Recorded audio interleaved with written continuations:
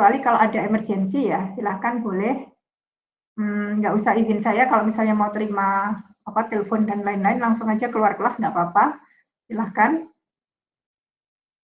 Karena saya yakin Anda pasti akan kembali ke kelas gitu, jadi nggak apa-apa, silahkan keluar dari kelas, terima telepon dulu, atau misalnya harus ada hal yang harus diselesaikan, misalnya harus dijawab segera gitu dengan WA gitu, boleh, tapi silakan keluar dulu ya.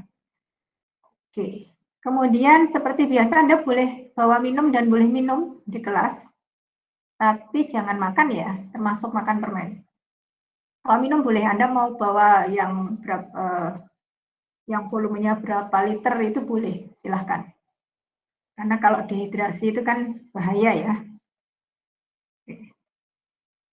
Kemudian kalau teman-teman merasa mungkin agak kurang sehat gitu ya, silahkan nanti bisa kontak PJ di kelas atau bisa langsung post aja di grup, karena kita punya grup ya. Jadi grup itu memang untuk komunikasi, tapi nanti untuk materi, untuk file-file yang besar, saya memang prefer untuk mendistribusikan itu, baik melalui email atau drive, ataupun kita gunakan e-learning gitu.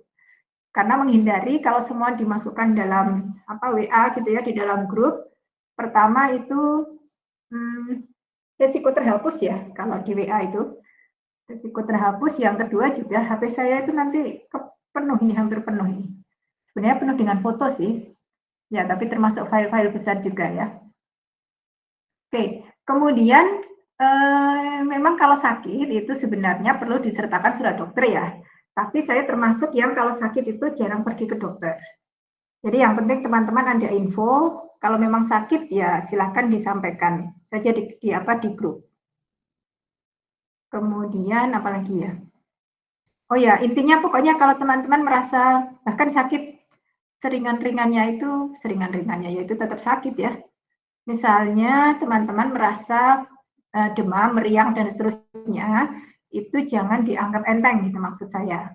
Karena yang namanya demam itu sudah warning, sudah peringatan kalau ada sesuatu yang mungkin nggak seperti biasanya gitu.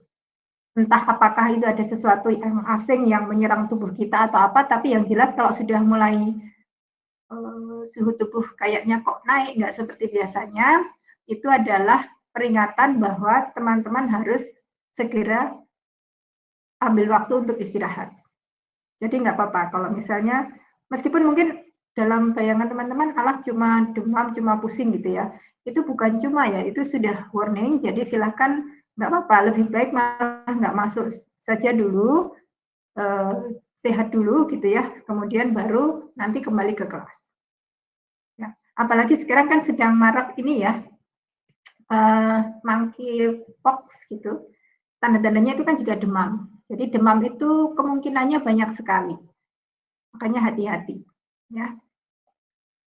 Oke, sekarang saya masuk dulu ke yang enzimologi. Ini materi untuk yang enzimologi, untuk teman-teman yang mengambil enzimologi. Ya, nanti yang materi 2 dan 3 ini, karena tidak terlalu panjang, kemungkinan akan saya gabung dalam satu pertemuan. Ya, ada beberapa materi yang mungkin bisa saya gabung, akan saya gabung. Kemudian ada materi yang ternyata kemungkinan satu kali pertemuan itu belum cukup. Nah, itu nanti untuk waktunya bisa dipakai untuk materi yang satu pertemuan itu nggak cukup gitu ya. Oke, ini untuk yang materi enzim.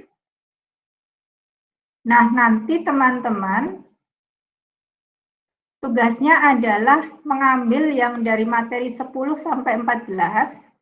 Ini enzimologi kan ada 2 kelas ya. Jadi baik yang kelas A maupun kelas B, silahkan membagi diri menjadi berarti 5 kelompok.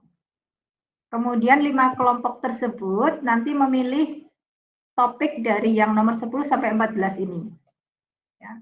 Jadi yang 1 sampai 9 itu tugas saya, karena ini basic-basicnya semua. Yang 10 sampai 14 karena ini sudah ke aplikasinya, ini teman-teman nanti yang gantian akan menjelaskan di kelas. Ya.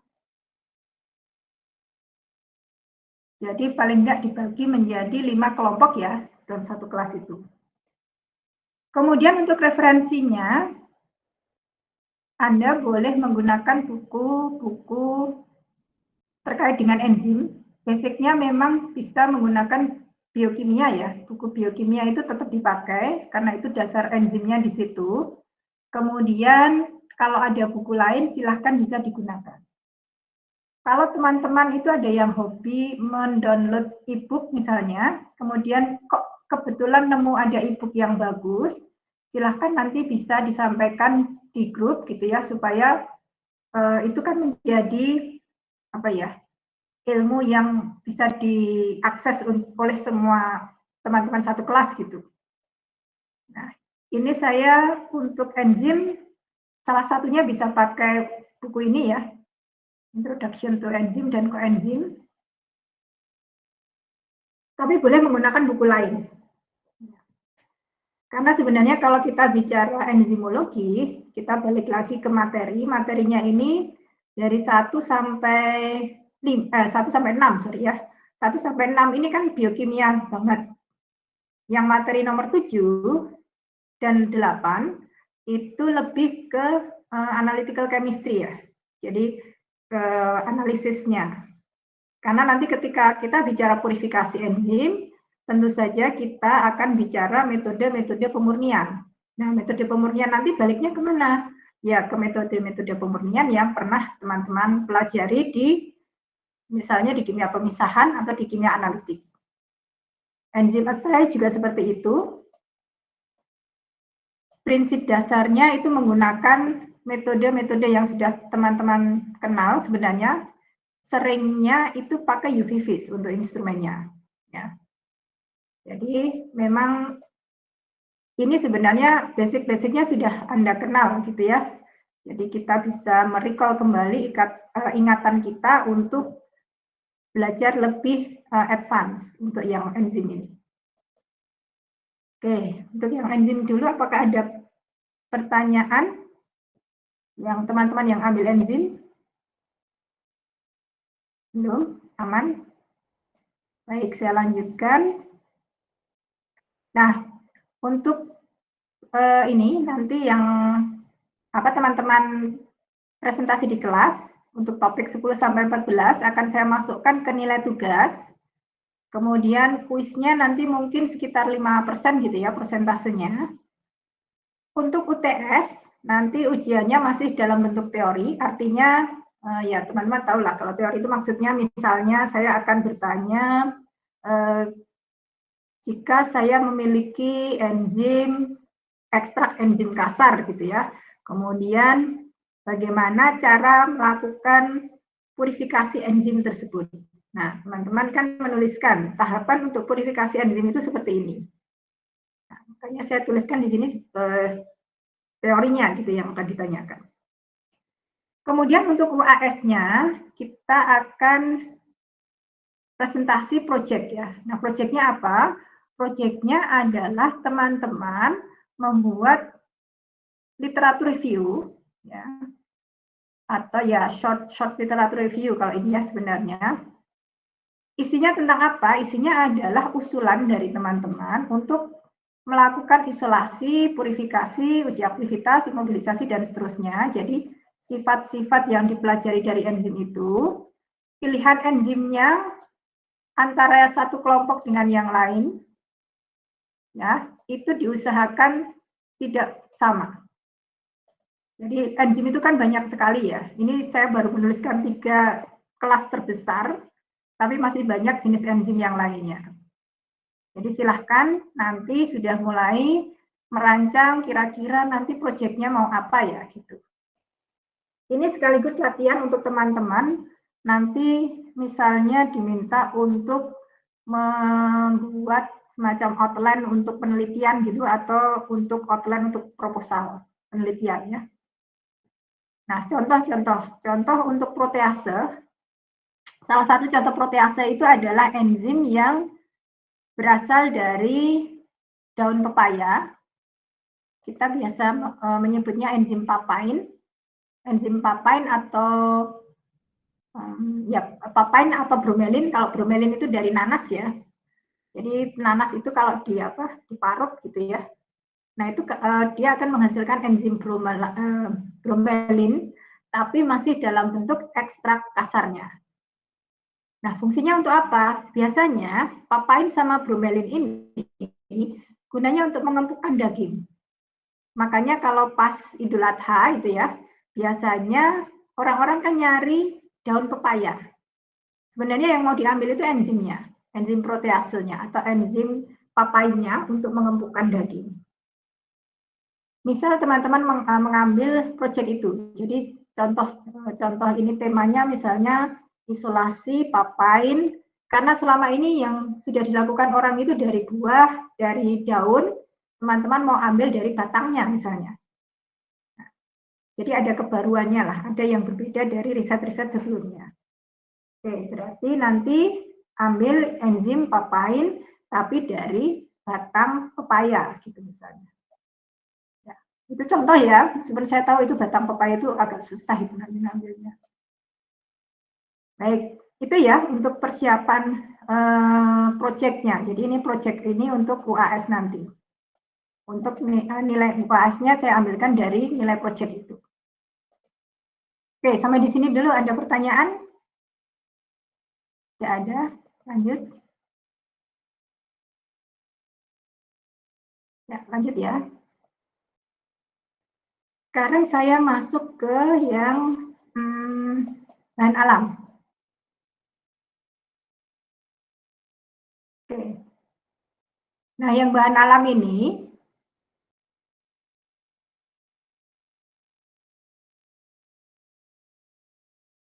dari 14 kali pertemuan, nanti yang 5 pertemuan terakhir itu sebenarnya adalah review jurnal, ya. Kalau nggak salah kemarin kan pesertanya sekitar 40 ya. Jadi ini biasanya pertemuan terakhir ini sekaligus sebagai UAS. Makanya saya berikan slot yang agak banyak gitu ya untuk review jurnal. Jadi nanti teman-teman membaca jurnal, kemudian menceritakan kembali apa yang ada di dalam jurnal tersebut. Nah, baik. Untuk yang materi ini, materi bahan alam ini, yang pertama nanti, bentar saya hitung dulu.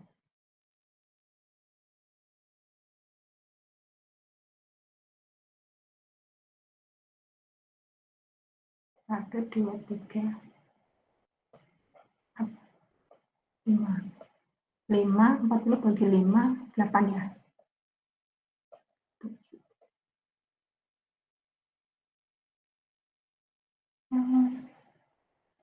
4, 1, 2, 3, 4, 5, 6.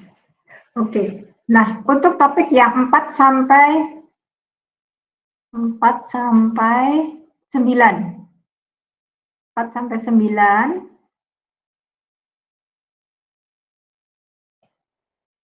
Ini nanti saya berikan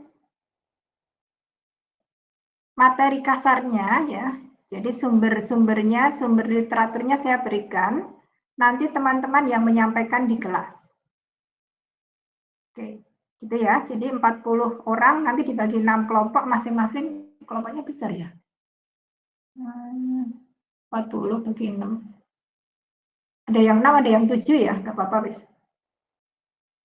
Jadi yang nanti yang perlu teman-teman sampaikan adalah macam atau jenis metabolit sekunder. Jadi untuk bahan alam itu kalau dalam bahasa Inggrisnya biasanya disebutnya sebagai natural product gitu ya.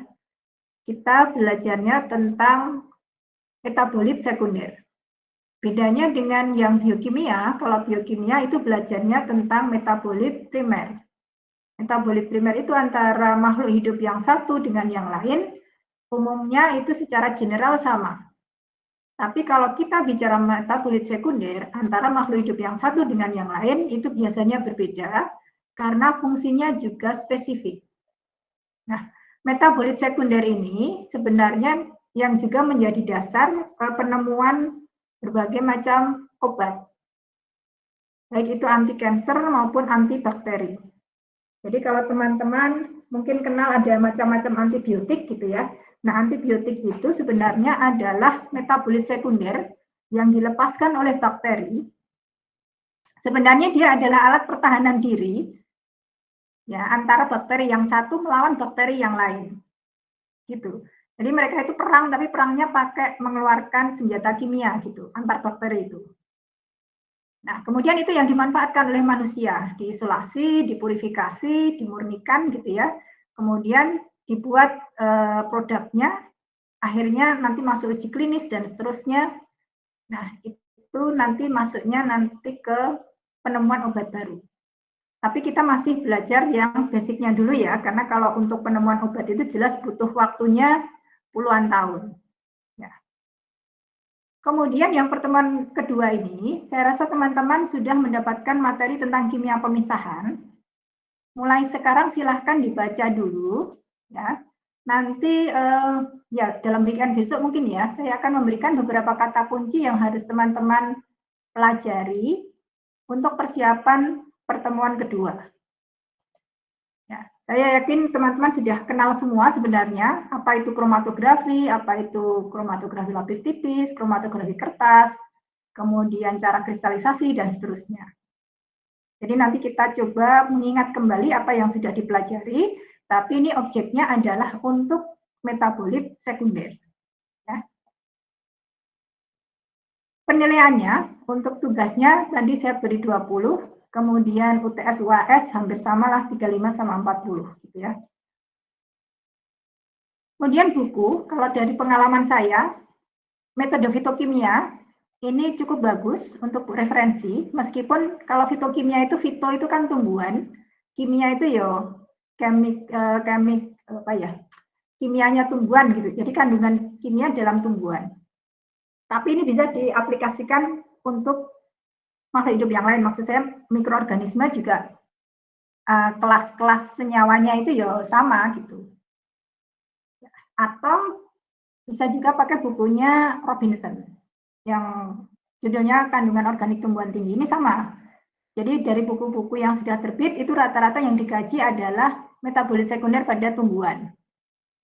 Nah, karena dari tumbuhan itu ternyata kemudian sudah jarang ditemukan senyawa yang baru, sekarang orang-orang sudah mulai bergeser. Bergesernya kemana? Ke mikroorganisme. Karena ternyata sumber dari mikroorganisme itu lebih banyak, lebih beragam, senyawanya juga lebih beragam, aktivitasnya juga ternyata itu bisa lebih tinggi gitu ya. Oke.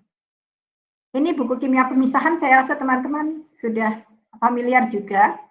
Sekedar mengingatkan kalau buku ini jangan dilupakan, karena kalau kita bicara tentang purifikasi dan pemisahan di metabolit untuk metabolit sekunder, itu ya pakainya adalah metode-metode pemisahan yang sudah pernah Anda kenal sebelumnya. Baik, saya lanjut.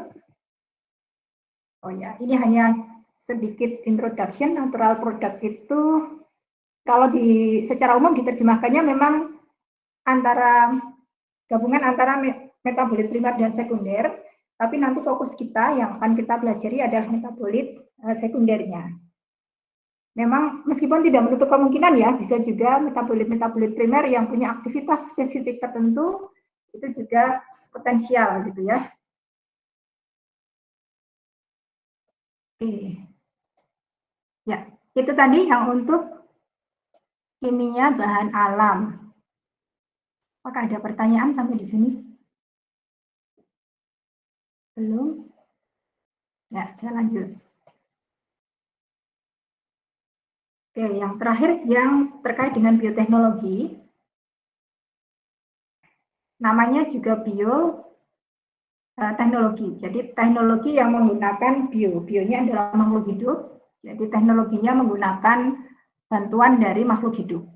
Ini adalah materi-materi yang akan kita diskusikan. Jadi mulai dari sejarahnya dulu. Kemudian nanti mau tidak mau kita harus mulai dari dasar-dasar biologi molekuler. Baru kemudian masuk ke DNA rekombinan. Setelah itu masuk yang cloning gen. Nah, setelah belajar cloning baru nanti aplikasinya seperti apa.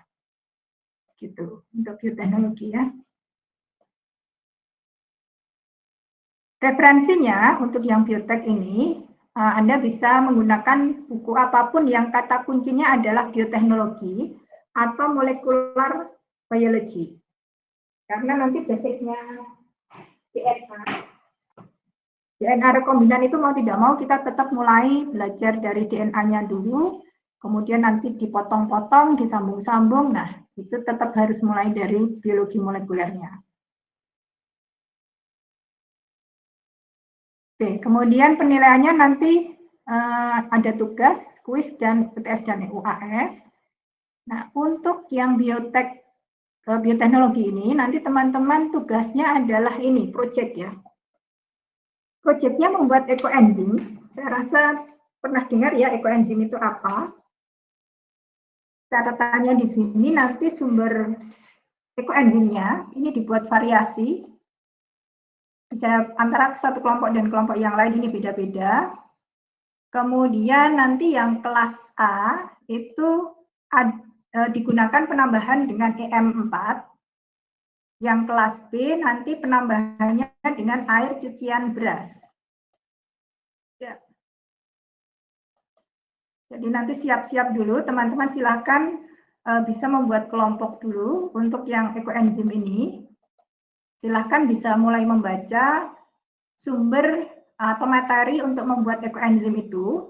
Biasanya bisa dari kulit buah atau bisa juga dari sisa-sisa sayuran. Nah, silahkan dibaca dulu, kemudian nanti pertemuan kedua, nanti teman-teman bisa mengusulkan untuk masing-masing kelompok itu mau melakukan ekoenzim yang seperti apa. Ya. Oke, kira-kira itu. Ini mungkin bisa langsung, ini memang nanti butuh waktunya sampai beberapa minggu ya, jadi makanya di pertemuan kedua nanti kita putuskan, kemudian teman-teman sudah mulai bisa mengerjakan. Saran saya begini, kalau mencari sumber untuk ekoenzimnya, itu diusahakan adalah bahan-bahan yang sudah tidak digunakan, atau sisa-sisa sampah atau ya gitulah, pemanfaatan limbah gitulah intinya. Jadi jangan sampai bersaingan dengan bahan pokok atau bahan pangan pokok, gitu jangan sampai. Karena tujuan kita adalah mengolah sesuatu yang tadinya kurang bernilai menjadi lebih bermanfaat. Oke, itu ya untuk proyek yang bioteknologinya. Ya, sampai di sini apakah ada pertanyaan?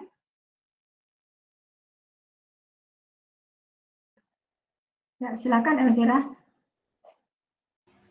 Untuk yang kelompok bioteknologi itu berapa orang, Bu? Satu kelas itu sekitar berapa ya? 30-an ya? Sebenarnya ideal itu kelompok sekitar maksimal 5 orang ya. Oh iya, baik Bu. Nanti kalau misalnya Anda bisa memilih yang misalnya kosnya deketan gitu, atau jadi kan harus dikerjakan di rumah ya, ekoenzim itu ya. Terus ditengok-tengok juga tiap hari, jangan karena itu kan nanti menghasilkan gas, jadi perlu dibuka. Jadi kan dimasukkan wadah gitu ya, ekoenzim itu. Nah itu nanti di beberapa hari, salah satu ciri terjadinya fermentasi itu kan dihasilkan gas. Nah Anda harus rajin membuka tutupnya itu untuk pelepasan gasnya itu loh. Jangan sampai nanti botolnya itu apa meledak ya, pecah gitu. Itu perlu hati-hati itu. Ya. Oke, jadi teman-teman sambil cari video dulu bagaimana cara pembuatan ekoenzim, sudah banyak saya rasa untuk videonya, baru kemudian nanti menentukan bahannya mau dari apa. Ya. Ada pertanyaan lain? Oke, tidak ada. Baik, kalau tidak ada, nah ini karena labnya juga sudah sepi, saya takut dikunci. Ya, kita akhiri untuk pertemuan sore hari ini. Terima kasih semuanya. Nanti untuk materi yang tadi saya sampaikan akan insya Allah saya share di e-learning ya seperti biasa. Kemudian mulai minggu depan insya Allah kita sudah pertemuan rutin di kelas seperti biasanya. Ya. Baik, terima kasih semuanya. Saya akhiri. Assalamualaikum warahmatullahi wabarakatuh. Waalaikumsalam.